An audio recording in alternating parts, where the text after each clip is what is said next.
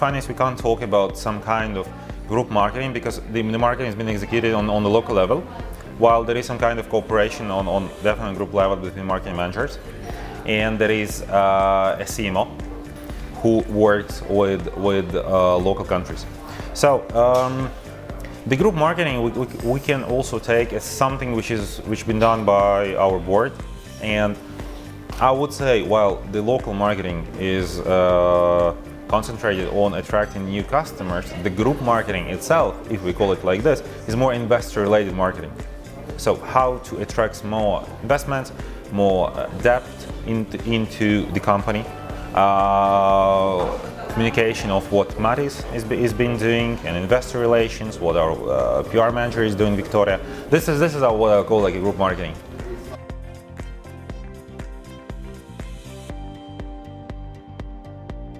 Each countries there is totally different marketing mix.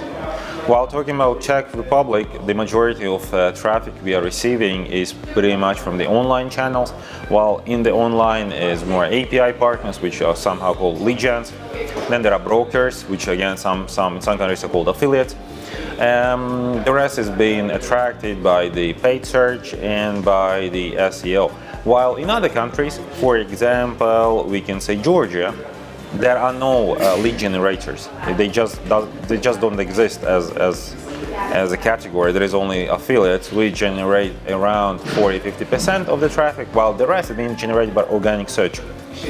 Again, in some countries, it makes huge sense to have a TV campaign and other similar type of advertisement, while in some countries doesn't make no sense due to the price and the investments needed. So yeah, it differs country by country. In Czech Republic, as an instance, it makes sense to invest in online. But if somebody wants like to go into a bigger kind of campaigns, like a huge TV campaign, he would need at least €500,000 monthly only for the TV, which in some cases doesn't really make no sense.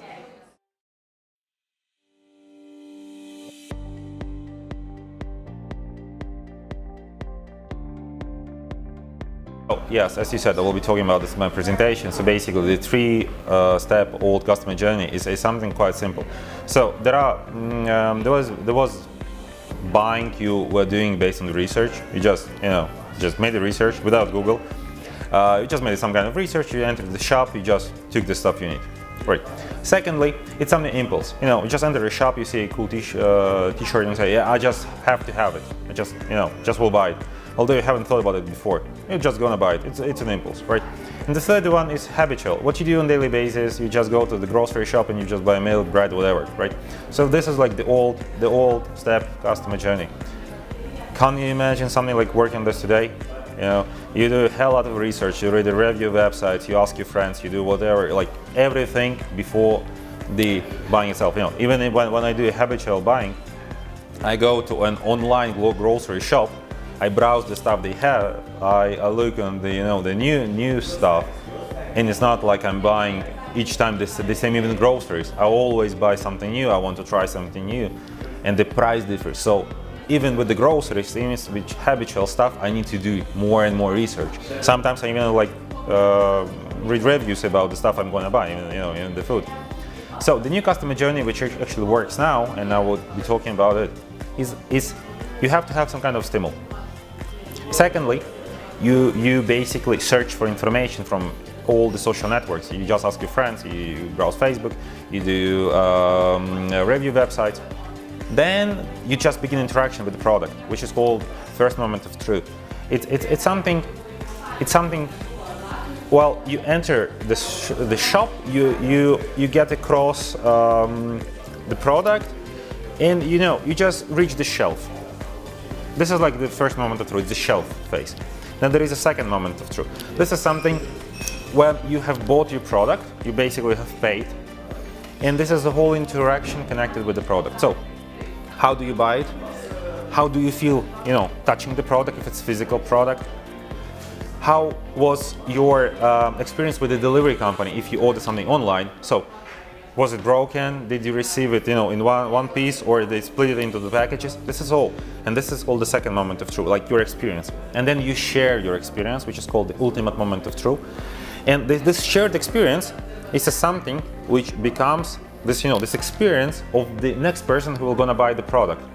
So it's much more complicated, this whole customer journey. That's why it's so important to understand, because normally in the old days you just had the marketing mix, you said, okay, I'm gonna invest into TV, radio, something print, I will do some kind of PR, and that's it. Now you have to understand that on each phase of this customer journey, you will use pretty much the same channels, but the target of each channel is totally different.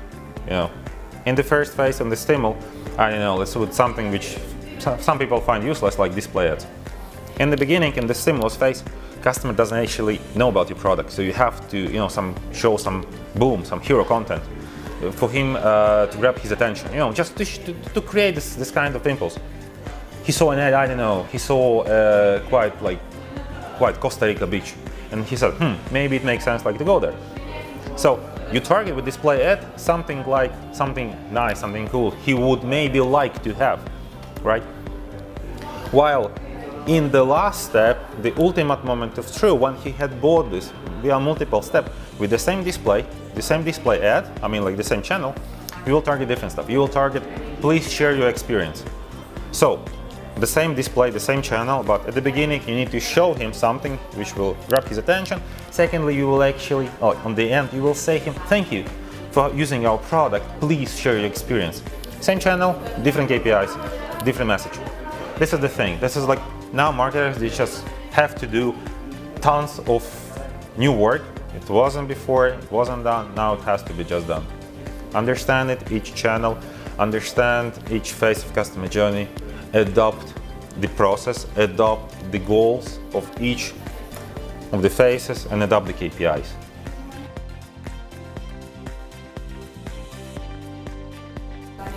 If I can compare, I can say this is quite good conference. It makes much sense to attend it, and I would actually recommend to my colleagues, to have it. Why not? To go there to see the people, because you'll see the people from the industry. Interesting that we saw quite a lot of people from UK, which I wasn't expected.